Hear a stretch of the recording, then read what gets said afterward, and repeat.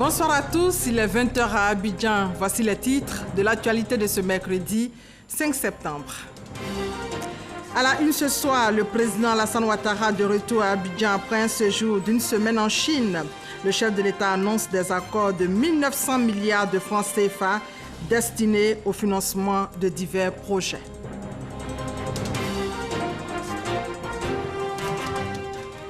Retour du chef de l'État, retour aussi de 160 réfugiés ivoiriens en provenance du Ghana et du Togo. Ils vont bénéficier d'assistance pour faciliter leur intégration.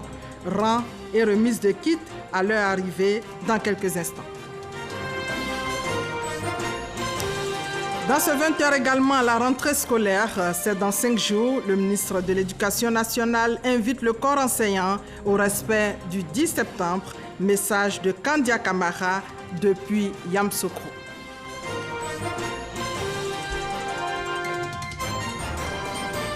Et enfin, à l'étranger, cette offensive imminente à Idlib, le dernier bastion des insurgés en Syrie, la situation inquiète l'ONU. Voilà pour les titres. Bienvenue à tous dans cette édition qui sera dominée par le séjour du chef de l'État en Chine. Après justement une semaine en Chine, marquée notamment par la signature de 18 accords commerciaux dans divers secteurs, le président Alassane Ouattara a regagné Abidjan ce mercredi. Il a été accueilli par le vice-président Daniel Kablan-Duncan, le premier ministre Amadou Gon Coulibaly et plusieurs membres du gouvernement. Et à son arrivée à l'aéroport Félix Houphouët-Boigny de Port-Bouët, la première nouvelle annoncée par le chef de l'État porte sur des accords de 1900 milliards de francs CFA. Extrait. Au cours de cette visite d'État, j'ai été reçu le 30 août 2018 au Grand Palais du Peuple à Beijing par le président Xi Jinping.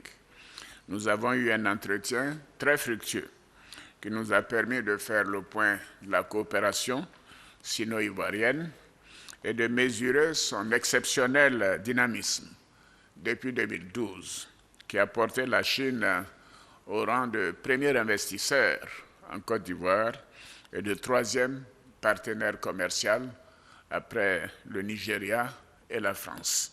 C'est dire que ce bond est spectaculaire parce que la Chine était le 15e ou le 16e partenaire commercial il y a quelque temps.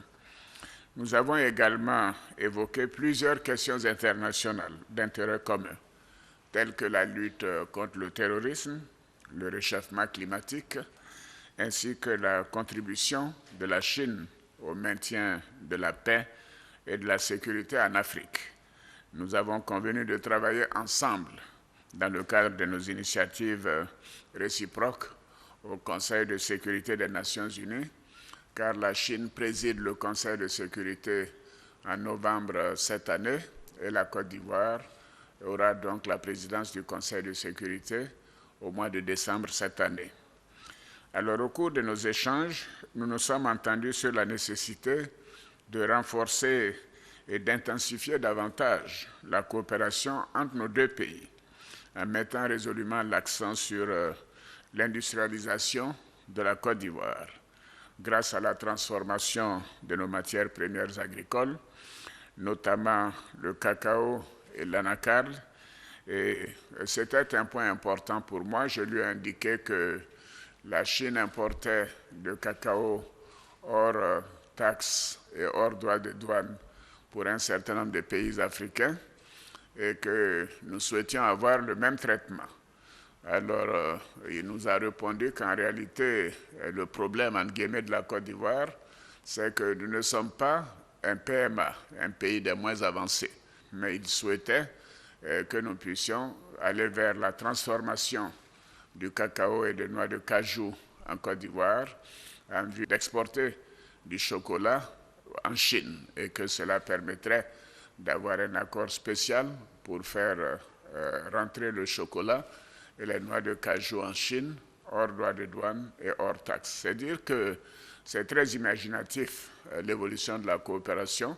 Bien évidemment, j'ai dit que nous étions pénalisés parce que nous étions les bons élèves qui étaient sortis du lot des pays les moins avancés et qu'on devait donc avoir une certaine attention pour nous aider à avancer dans l'industrialisation, car c'est ce qui nous permettra d'aller encore plus vite.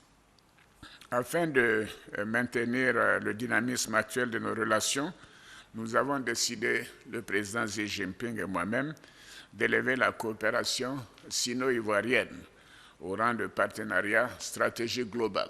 Alors, dans le prolongement de cette évolution majeure, notre pays a adhéré à l'initiative La ceinture et la route. Le 30 août dernier, dans le cadre de cette visite d'État, vous savez, c'est l'initiative chinoise qui essaie de reconstruire la route de la soie, qui allait donc de l'Asie au Moyen-Orient, en Afrique.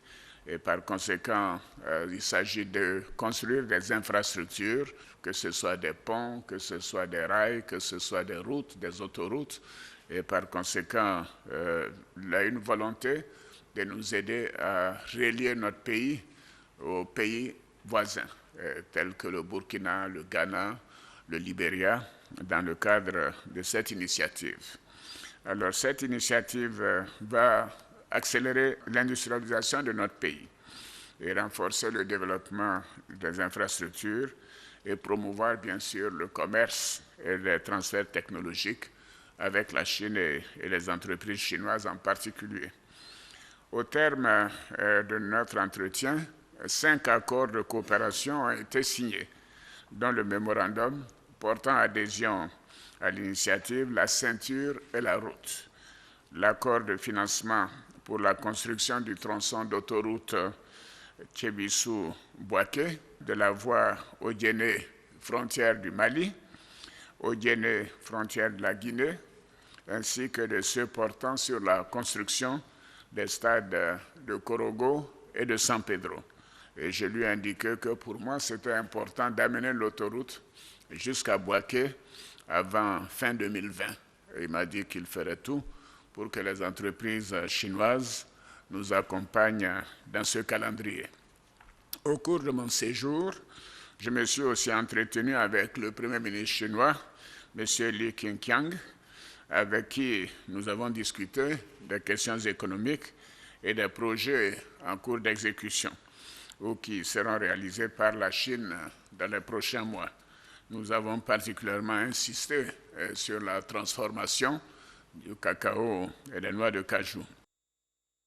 J'ai également présidé un important forum économique sino-ivoirien qui a vu la participation de plus de 400 personnes. Et c'était impressionnant. Et les hommes d'affaires ivoiriens, je dois dire les hommes et les femmes d'affaires ivoiriens, étaient donc présents. Et plusieurs centaines d'opérateurs chinois étaient également là pour mieux comprendre l'environnement économique et les possibilités d'investissement en Côte d'Ivoire. Ce forum a constitué une excellente plateforme de rencontres et d'échanges entre les hommes d'affaires ivoiriens et chinois.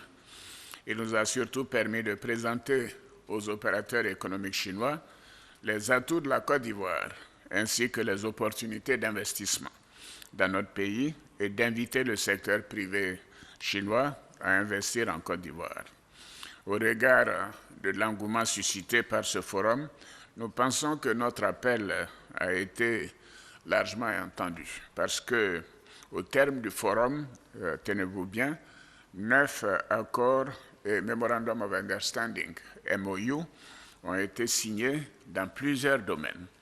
Et ceci porte, entre autres, sur la conception et la construction de la centrale thermique de San Pedro, parce que nous tenons à augmenter la production d'électricité dans l'Ouest pour l'exploitation des minerais de nickel, également de fer. La création d'un port sec à Ferkessédougou a été également faite et l'extension de l'aéroport international Félix Houphouët-Boigny.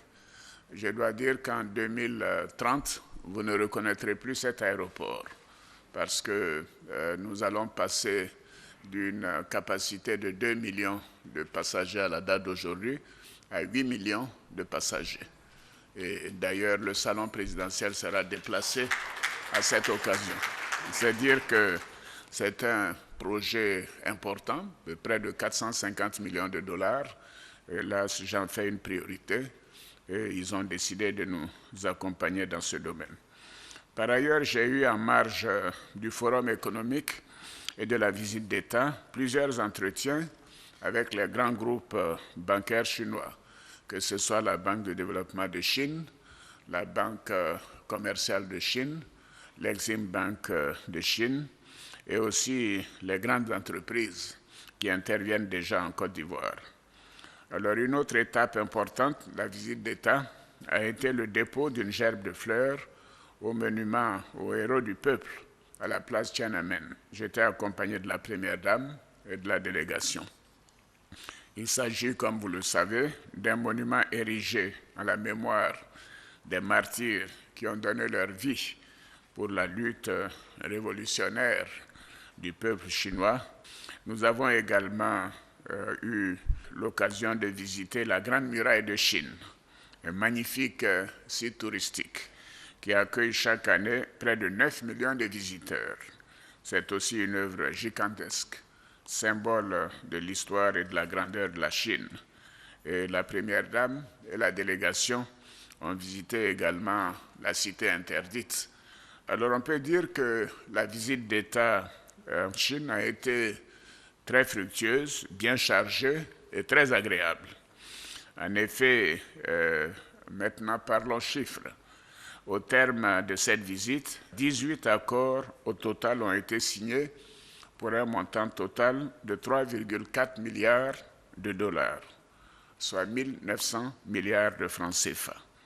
Et ces ressources permettront la construction de plusieurs projets, de plusieurs routes, dont l'autoroute Kébisu-Boaké, l'augmentation de la fourniture d'eau potable, la construction d'hôpitaux, y compris un CHU à Bobo, la fourniture de plus d'électricité et d'amélioration de la qualité de l'électricité donc produite, également l'accès à l'éducation pour les régions donc rurales, notamment l'éducation numérique à travers les technologies de la communication, la réalisation de parcs industriels à Abidjan et à l'intérieur du pays, notamment à Boaké, ce qui permettra la création d'emplois pour les jeunes et aussi de mettre à la disposition de nos forces de défense et de sécurité des équipements modernes en matière de communication pour la sécurité des populations. Et je signale que pour la période 2012-2016, la Chine a investi en Côte d'Ivoire un peu plus de 2 milliards 600 millions de dollars. Donc quand on ajoute cela aux 2 milliards 400 millions de dollars, ça veut dire que pendant cette période, la période de mon mandat, la Chine aura investi près de 6 milliards de dollars en Côte d'Ivoire, ce qui est un chiffre vraiment important et intéressant.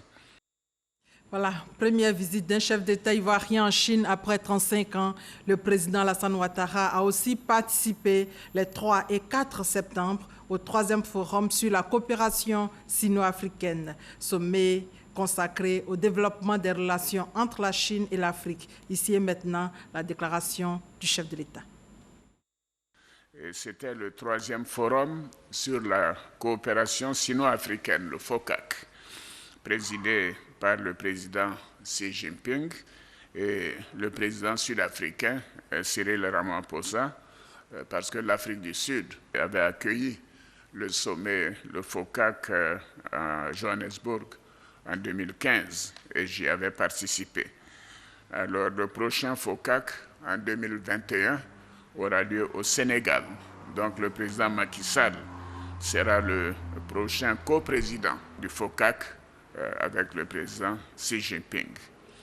Alors le forum a accueilli 3 nouveaux pays, ce qui est une bonne chose, la République de Gambie, la République de Sao Tomé également, dont le Premier ministre était là, et le Burkina Faso, dont le président Roch Kaboré était également présent.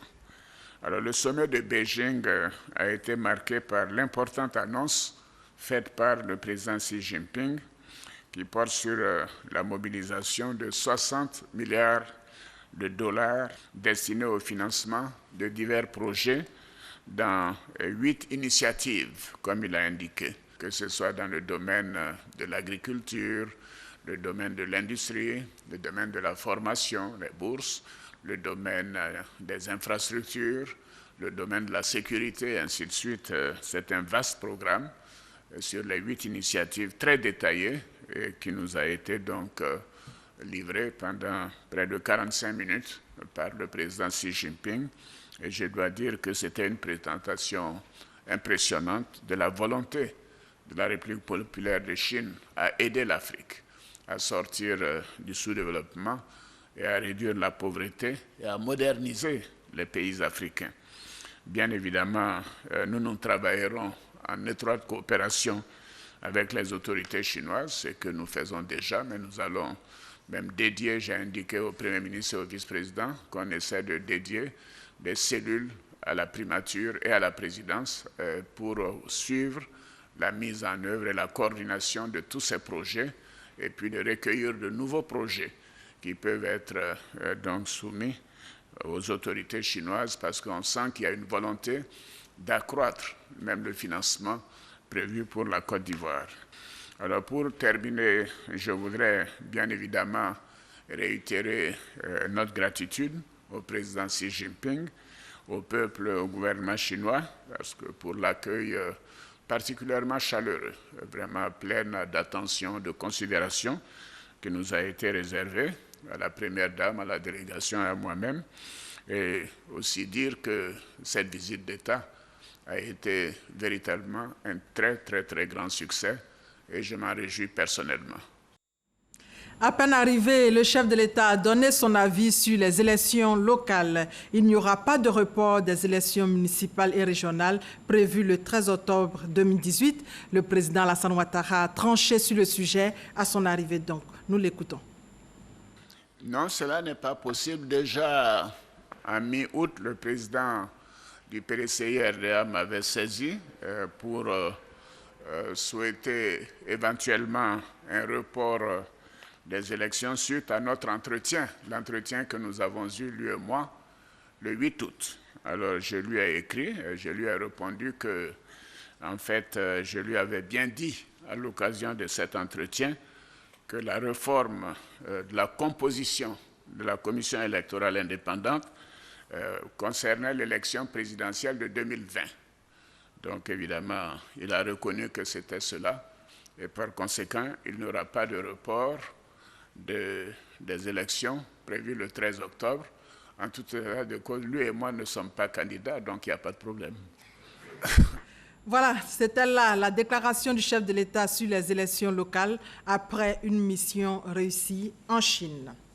L'autre sujet concerne les meilleurs élèves de l'école militaire préparatoire technique de Bingerville. Ils ont été reçus par le ministre d'État, ministre de la Défense, Ahmed Bakayoko. Ces enfants de troupes rentrés d'un voyage d'études sont allés exprimer leur gratitude au ministre de la Défense qui leur a offert des ordinateurs, nous dit Abou Sanogo. Ce sont les enfants de troupes les plus méritants de l'année académique 2017 et 2018 de l'école militaire préparatoire technique de Bingerville. Pour leurs meilleurs résultats, ils ont été primés le jeudi 19 juillet dernier au cours d'une cérémonie de distinction au sein de leur école par le ministre d'État, ministre de la Défense Ahmed Bakayoko, qui leur a promis un voyage d'études aux États-Unis d'Amérique. C'est maintenant chose faite. Car du dimanche 26 août au dimanche 2 septembre, les meilleurs élèves de l'EMPT et leurs parents se sont envolés pour les États-Unis d'Amérique. De retour au pays, ils sont allés exprimer leur gratitude au ministre d'État Ahmed Bakayoko qui leur a offert des ordinateurs suivis d'enveloppes. Je tiens à remercier le ministre d'État, M. Ahmed Bakayoko, pour son geste car il a su récompenser les méritants. Alors voilà, c'est bien passé. Ils nous ont fait visiter des entreprises là-bas, comme par exemple le centre de recherche de Microsoft à Manhattan. Mais on nous a dit de revenir pour travailler. Mais si on travaille encore plus, on pourra avoir un plus gros cadeau. Cet engagement pris a été tenu et aujourd'hui, nos élèves qui sont revenus gardent un grand souvenir et vraiment, je pense que cela va les motiver encore plus à mieux travailler. En retour, Ahmed Bakayoko les a invités à poursuivre sur leur lancée. Cela participe de ma vision de gratifier les excellents, de montrer les excellents et de les encourager, de les motiver, afin que leur exemple serve aux autres. Étant les meilleurs à l'MPT, vous êtes parmi les meilleurs de la Côte d'Ivoire et faites partie du meilleur de la Côte d'Ivoire et de l'avenir de la Côte d'Ivoire. N'arrêtez pas de maintenir le cap, n'arrêtez pas d'être les premiers.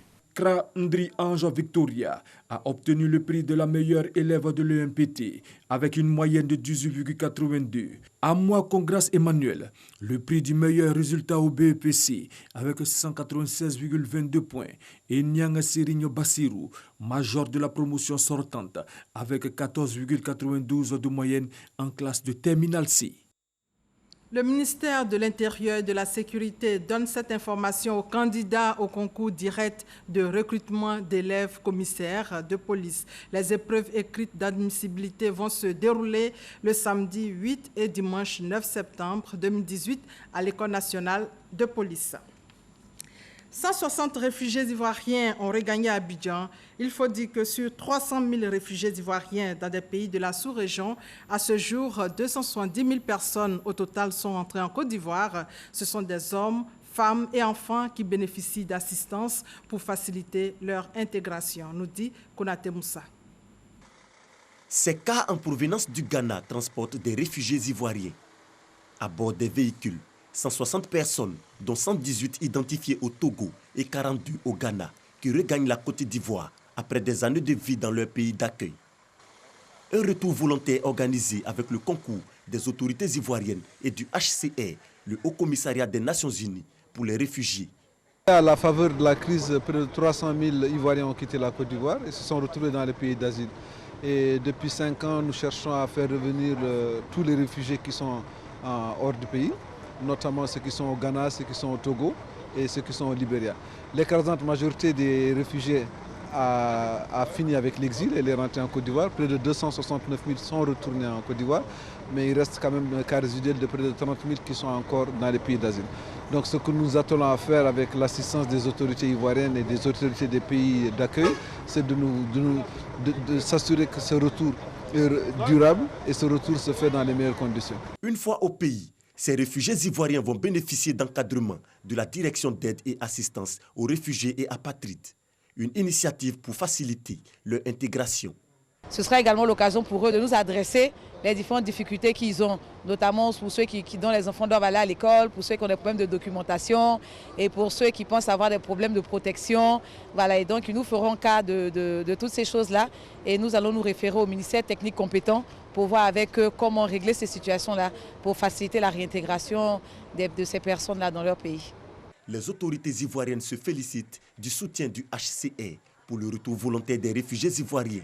Les actions se poursuivent donc pour ramener tous les Ivoiriens en Côte d'Ivoire. Dans le même élan, ce retour positif pour 50 migrants dans l'Agné-Bitiassa, précisément à Azaguié, à l'Université de l'entrepreneuriat, ils reçoivent une formation qui va leur permettre de se prendre en charge. Ces projets de réintégration à l'endroit de ces ex-candidats à la migration ont été lancés ce mercredi.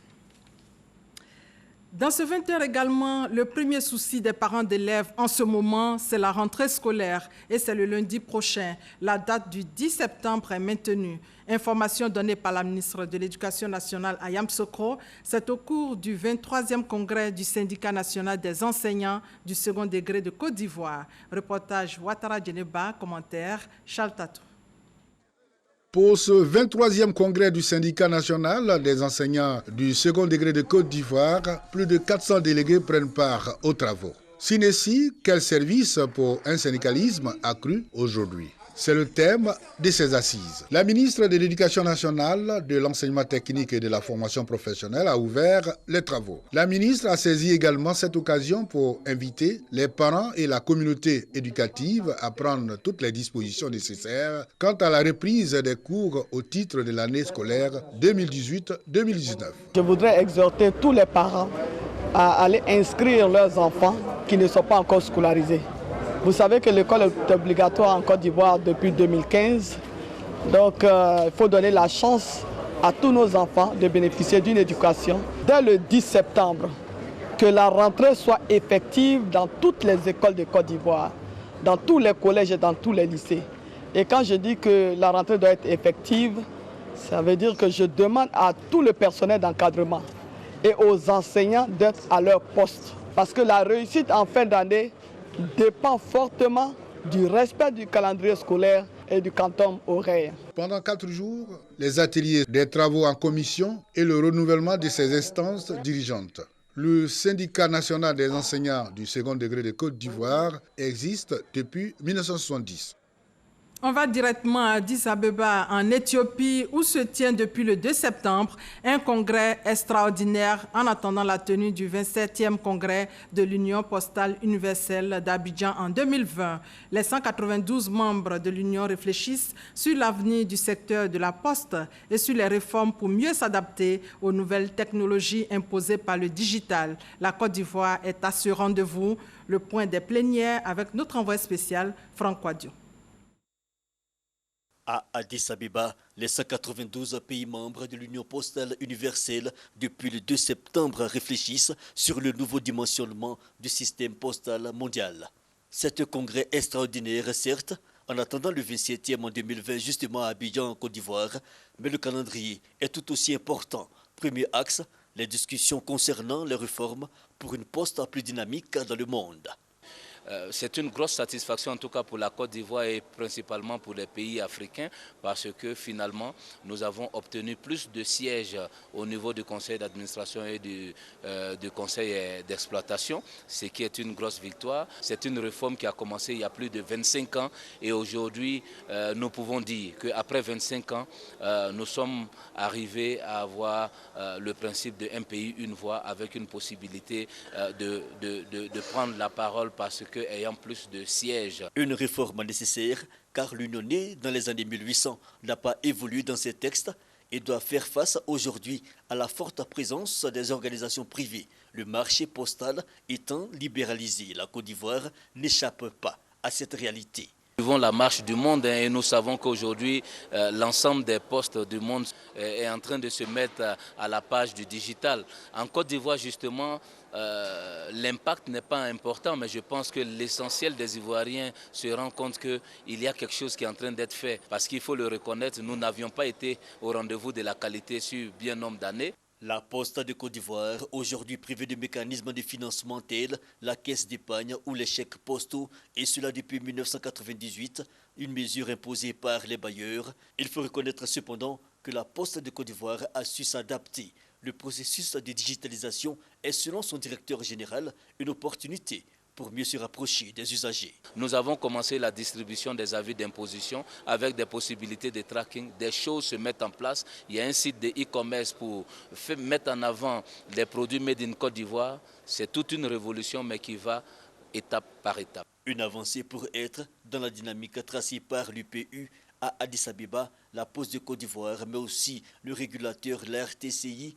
Une délégation conduite par la tutelle portera la voix de la Côte d'Ivoire. Un des points clés de cette rencontre est la révision du système de contribution des États pour le bon fonctionnement de l'Union postale universelle. On revient ici à Abidjan où les derniers pèlerins sont de retour après un mois passé à Médine et à la Mecque en terre sainte d'Arabie Saoudite. Joie et prière à l'aéroport Félix Houphouët-Boigny de Port-Bouët ce mercredi. Nous y reviendrons largement dans nos prochaines éditions. Le point de l'actualité à l'étranger avec cette offensive imminente à Idlib, le dernier bastion des insurgés en Syrie, situation qui inquiète l'ONU. Commençons d'abord par le Rwanda.